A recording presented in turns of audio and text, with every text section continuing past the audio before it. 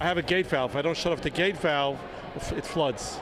I get like 3, 4, 5 inches, and it ruins everything. Yes, it's a big mess. Henry Polanski says the city's recurring heavy rainstorms often wreak havoc on his Seagate home, flooding it so badly that almost everything inside is destroyed. I had carpeting. I had to take away the carpeting, and I had to, put a regular, tiles, and I lost a lot of furniture. Yeah, so now I'm very careful. He's one of dozens of Brooklyn residents who crowded into a Flood Preparedness Town Hall Wednesday, hosted by the city's Department of Environmental Protection, worried about what future storms might bring.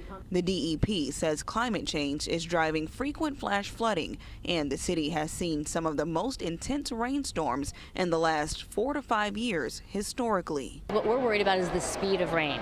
So it's not that you got 2 inches or 3 inches over the course of a day, it's that you got them over the course of an hour. The sewer systems were not designed to handle 3 inches of rain in an hour, and I don't think most sewer systems around the world were. At the town hall, the agency outlined its ongoing multi-million-dollar sewer upgrades, including new lines designed to boost capacity and curb flooding citywide. In the meantime, they're helping New Yorkers stay one step ahead of the frequent deluges, distributing flood kits packed with tools like sump pumps, flood barriers, and flood sensors.